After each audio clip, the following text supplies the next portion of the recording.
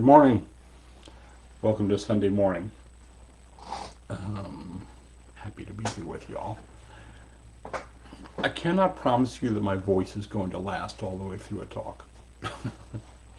Working on a cold this morning, so mindfulness of the body means mindfulness of the body in all of its states. That's just the way it goes. So it's an opportunity for me to remind myself that I'm okay, even if I'm feeling a little snotty. As long as my attitude's not snotty, it's all good. So today we're going to talk a little bit about breathing, pausing, and the repetitive nature of spiritual practice.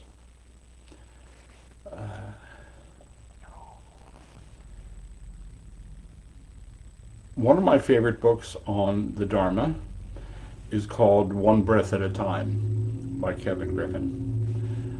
It's a book about the intersection of Buddhism and the 12 steps. And when he gets to the 10th step, he focuses in on the words continued to, and then goes off on a long exposition on the repetitive nature of spiritual practice. So I'm going to spend a little time on that today, and I'm going to spend a little time talking about breathing, which is something none of us think about, and all of us do all day long. And but first, we'll meditate. So I invite you to find a comfortable meditation posture in which you can be alert, awake, and relaxed.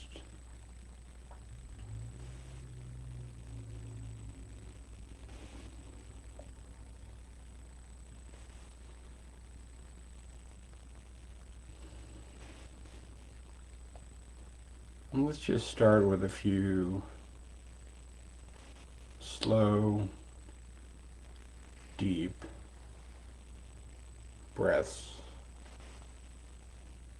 into the belly.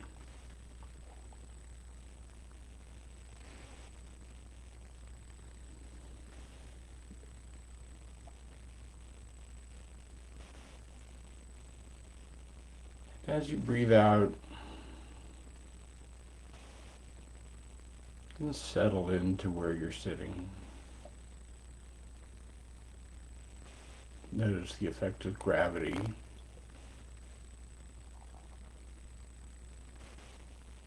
Just relax, settle into the present moment, settle into your body.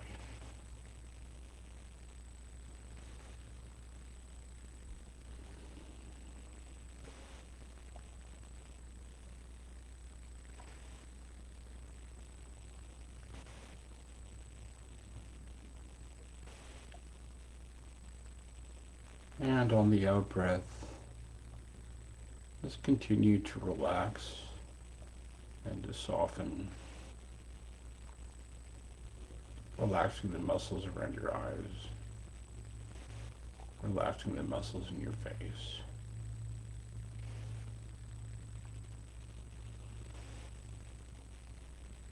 Letting your breathing return to normal.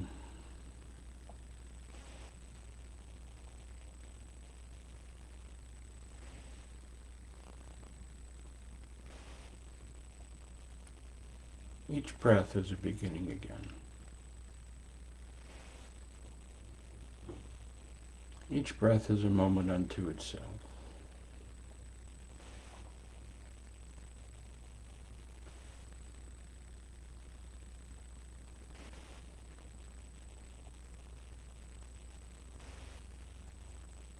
Being aware of the sensations in the body, breathing in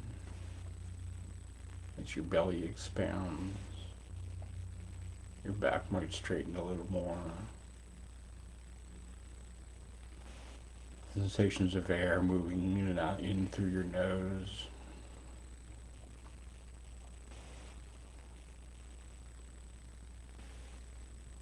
The sensations at the top of the in-breath, transitioning to an out-breath.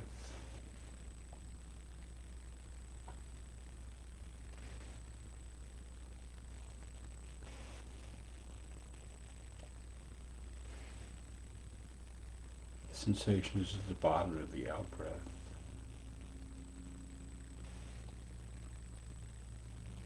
As the body moves to an in-breath.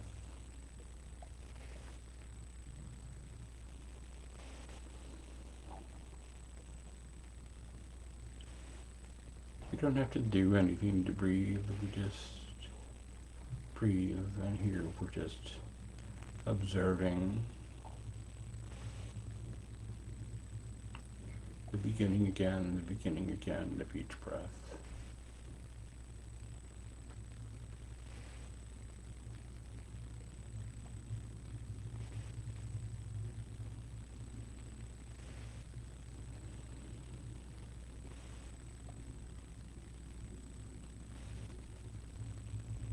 Just letting your attention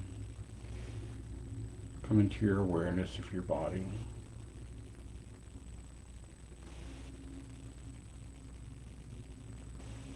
Letting the mind settle. The way sediment settles when the pool is still. And the water becomes more clear.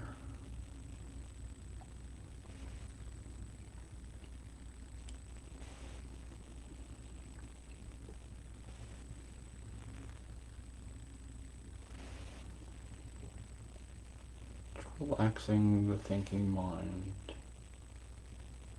It's okay if you still hear it.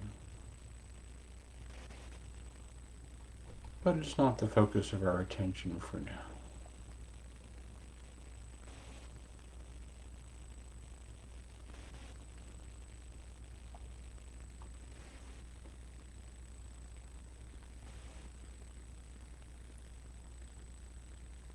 Letting your attention rest and focus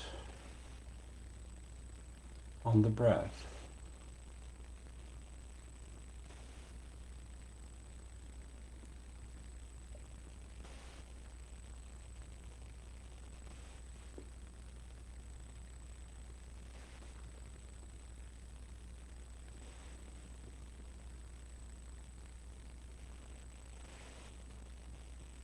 On the sensations of the body breathing.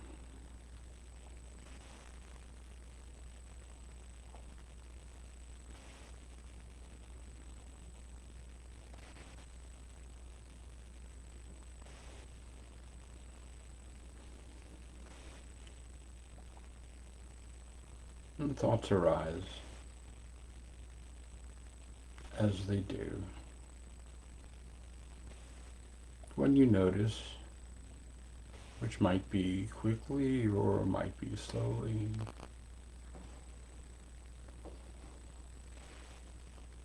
you might notice you've been thinking for some period without noticing you've been thinking for some period.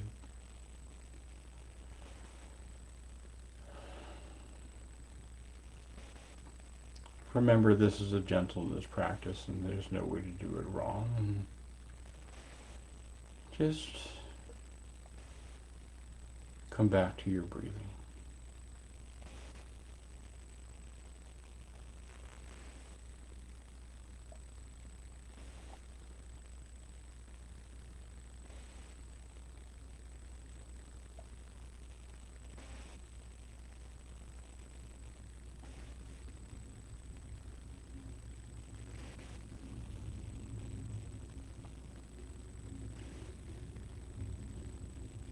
Thoughts arise, you wander off with them. That's okay, we notice. Begin again.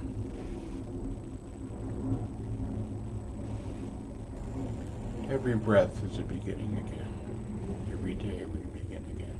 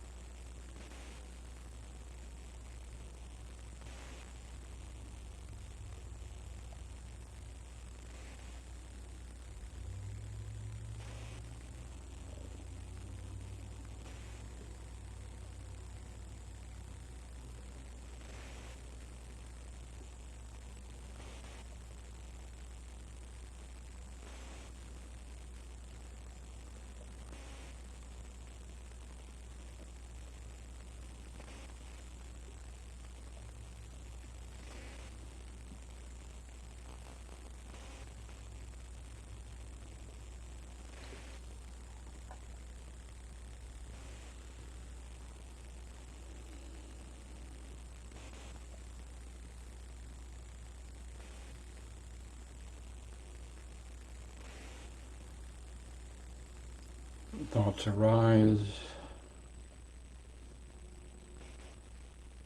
Just notice. All good. Begin again. And again. And again.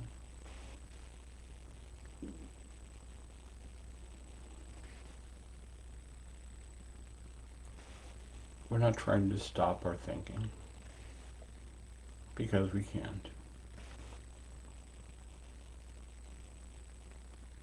But when we notice it,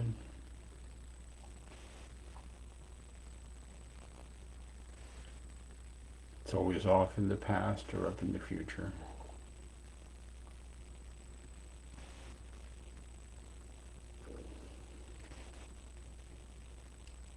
We come back to the body breathing, the simplicity of the present moment.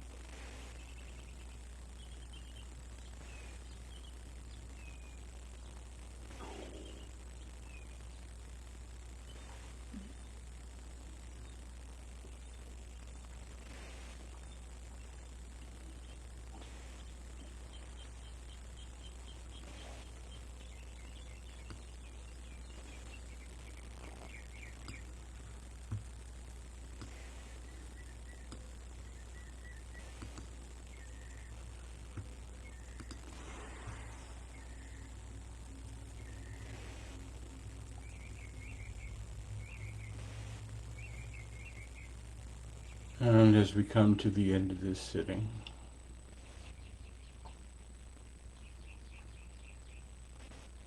beginning again with whatever comes next.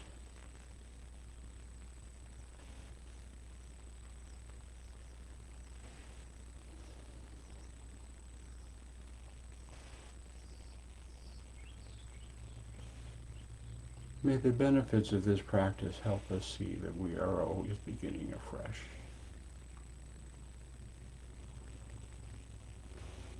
And to meet each new beginning, each new encounter, each new conversation,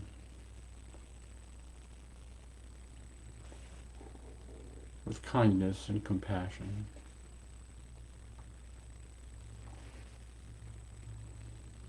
May the benefits of this practice enable us to see the world through kind eyes.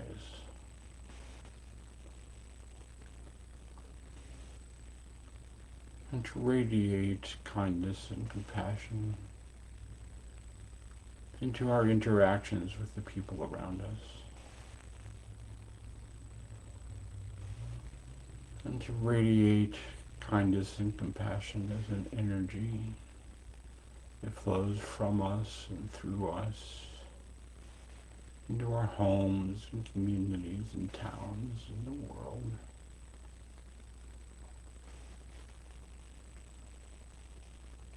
May it be that this practice enables us to remember that in the present moment we are okay.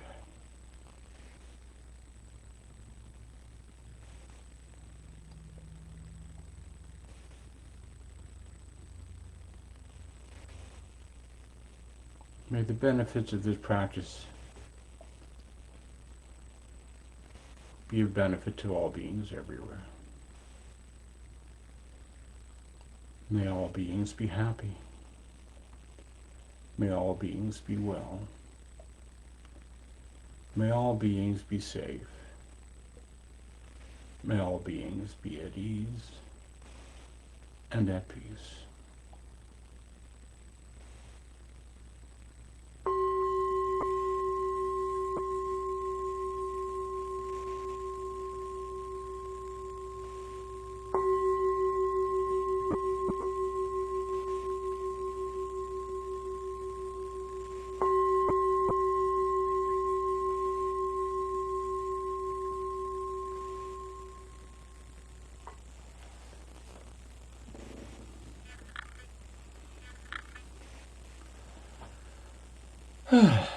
Thank you for your practice, and good morning.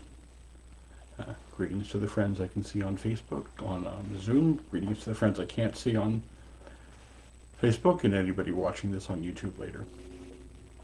Happy to be here with y'all. I put the usual information in the chat, how to find these sessions on Zoom, Facebook, and YouTube, along with my contact information, my website, and a link for donation if you feel so moved. So, we wake up in the morning and we begin again. We stand up from the bed, we've begun again. We do whatever comes next, which is something we've done every day for however many years, and we're beginning again. We make breakfast, we sit down to eat, we're beginning again.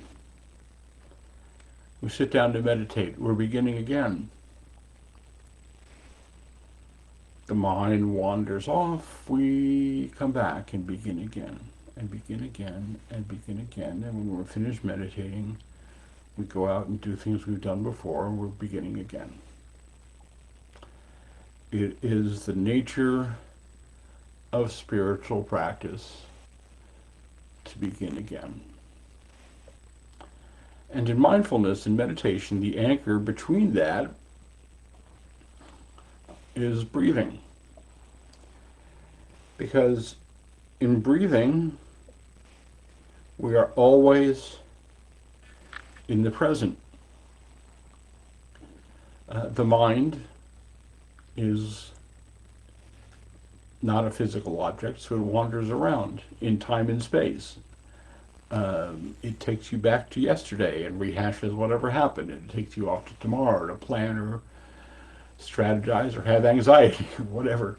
Um, but the reason we keep coming back to breathing is to be centered in the present moment, in contrast to all the ways that we're not centered. The narratives that we're wandering off into, the stories that we're telling ourselves.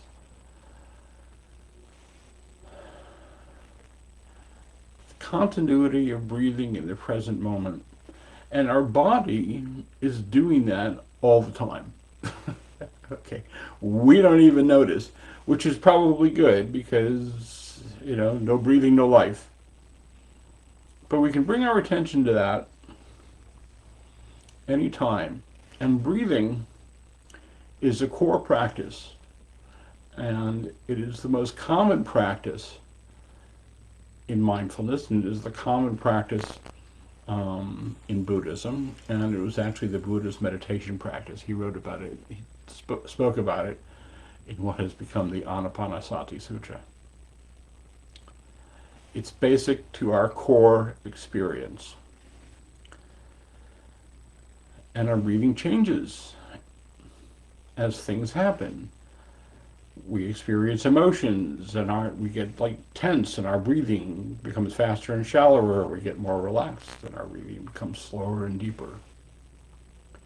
We respond to the world around us, and so does our breathing.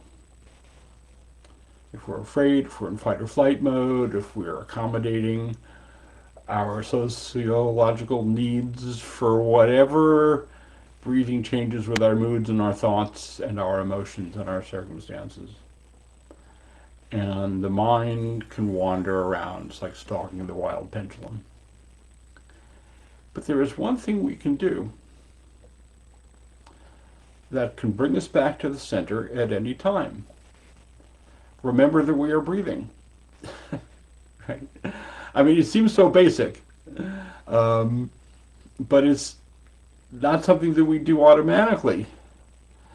The more we become conscious of our breathing, the more we can regulate and calm our anxiety, our anger, or whatever, and bring ourselves out of fight and flight into a different type of response of choosing and being able to better navigate. And so we begin again. I'm sitting here, I'm meditating. I've been watching a documentary film on the Buena Vista Social Club. You all should check it out. A bunch of Cuban musicians, they're all in their 90s. Ry Cooder went down to Cuba and did a film about them. And of course, I'm sitting here meditating, and I'm hearing da da da da da da da da, right? It's like, okay, come back. I'm breathing. And then I have that box I need to unpack. Just sitting next to the box I need to pack. All right, begin again. I'm still breathing the whole time. It's just that my attention has wandered away. So I begin again, and I begin again, and I begin again, because it is the nature of spiritual practice to repeat and repeat and repeat.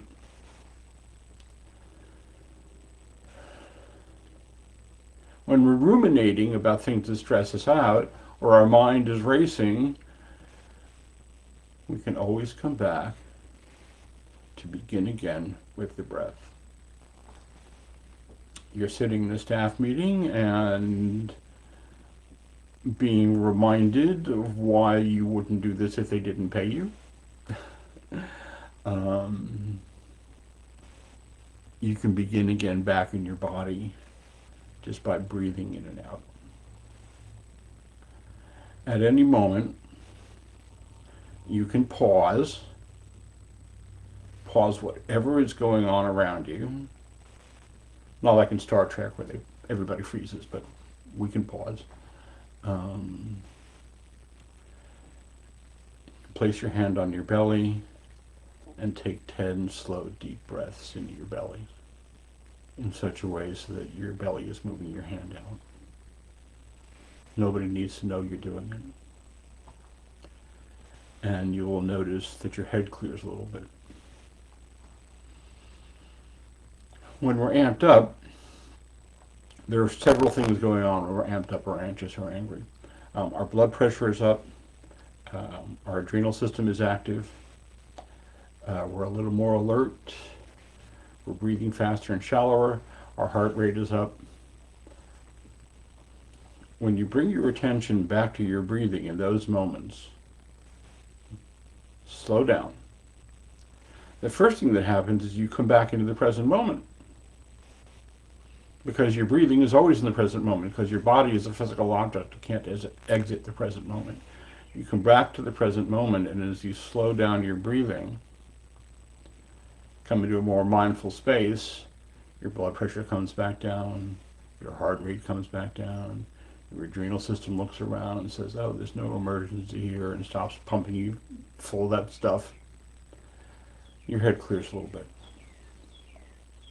So the breath, pausing and breathing, is the pathway to being centered in the present moment, which is why we teach it in meditation. Sometimes we don't even notice that we're stressed out, right?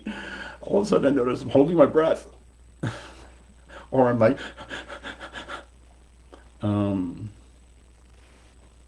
that's okay, that's fine. Because the mind wanders around all the time, and we're not always conscious of the moment that we're in. That's fine. The gift of those moments when we remember that we're here in the present moment, the simplicity of being in the present moment, is one of the things we get from this practice, from taking a different time every day, for me every day, twice a day. I recommend you do not miss any days, even if you meditate for just a few minutes. We're training our body to come back, to remember, and helps us remember in those moments, oh, I can breathe and be okay. Years ago, I was a newspaper reporter in Silicon Valley. I've talked about that a little bit. I was working at the San Francisco Chronicle covering Silicon Valley. It's a high-stress job. It's very competitive. And I used to write about Intel, which makes the chips in your phones and computers and stuff. And I had a relationship with the head of PR at Intel, a woman named Pam Palacci, really cool lady. And I would call her up, and I'm on deadline, and I'm trying to get this thing done, and I'm trying to get that interview, and blah, blah, blah, blah, blah, blah. And she would say, Ken, take a breath. It's like, oh, right. Pause. It's good to have that voice in the back of my head. Ken, take a breath. I can step off the hamster wheel. We can use our breath to center and resettle anytime. Back around the turn of the last century, Gurdjieff went to the Sufi masters. He wrote several books about it. And told them he wanted to learn. And the first thing they told him was, we're going to teach you to breathe. And he spent years, years learning how to breathe.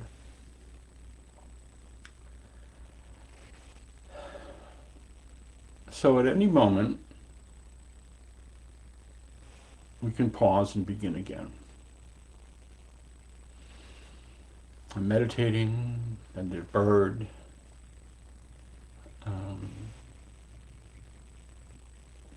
is outside my window, making a sound that to me sounds like, me too, me too.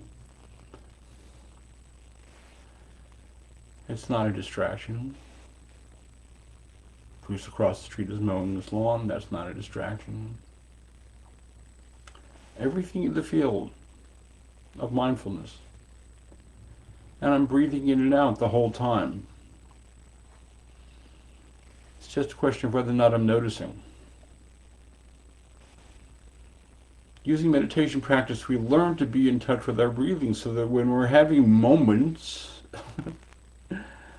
we can come back into the present. Because when we're having moments, we're usually triggered by something in the past that's causing a worry about, causing a concern about the future. So we can meet the world with what Stephen Levine used to refer to as a soft belly.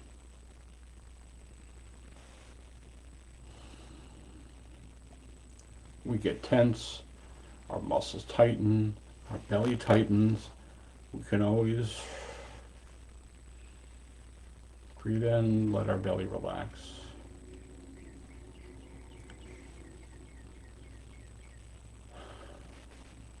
Breathe out, let our muscles relax, let our shoulders relax.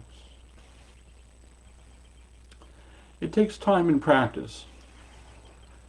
One of the things that mindfulness and the Dharma teach us is patience.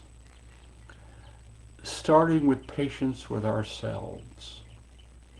The most common question I get asked is about, can't get my mind to stop, or I'm distracted, or I'm wandering off. Am I doing it right? Of course you are. Because the doing it is the doing it. And like any mindfulness practice, it's about remembering to notice. And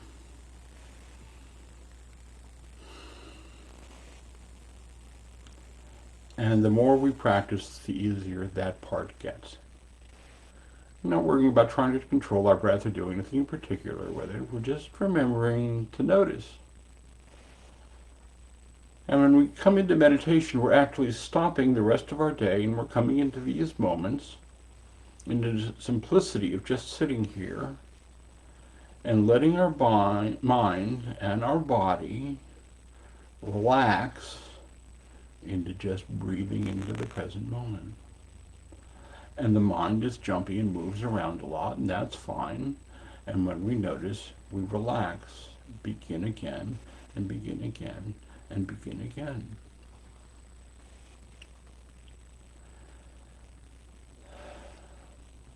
So, once again, this is an opportunity to practice kindness with yourself and self-compassion. I say over and over again, learning to meditate and learning to breathe and practicing is like training a puppy to heel. Dog wanders off, you pull it back. Dog wanders off, you pull it back.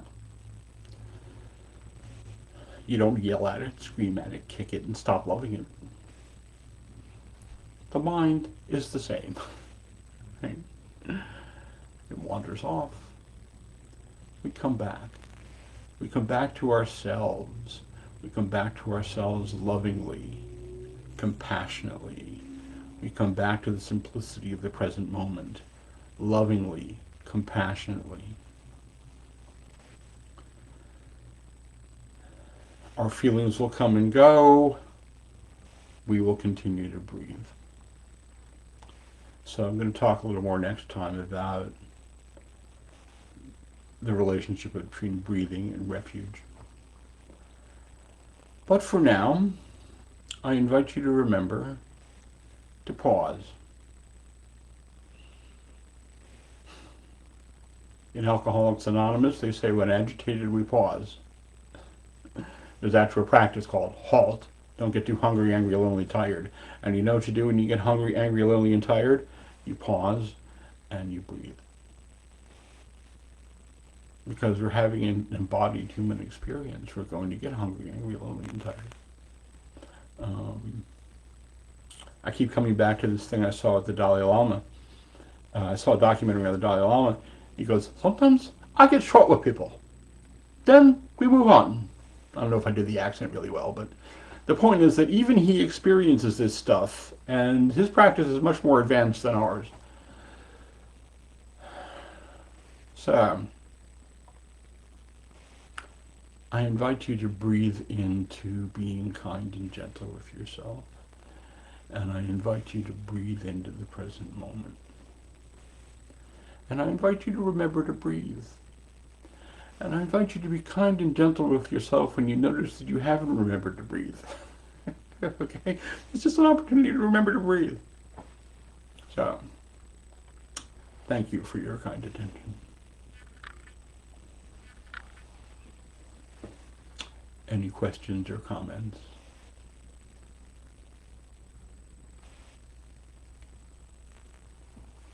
I have a note from in the chat that says, could I repeat the author of the book One Breath at a Time? That's Kevin Griffin, Griffin. He just cut a deal with Shambhala Press, so I'm not sure whether it's available right now. You can probably get it used from Abe Books. I don't do Amazon. Amazon's an evil empire. That's an editorial comment. But abebooks.com is the best source for books. Yeah, Kevin's really good. He has another book on Dharma in 12 Steps called Burning Desire, which is also really good. He has a workbook out.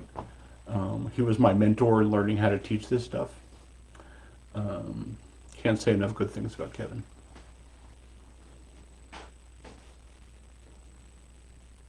All right, then. Thank you all. See you all next week. Thank you, Ken.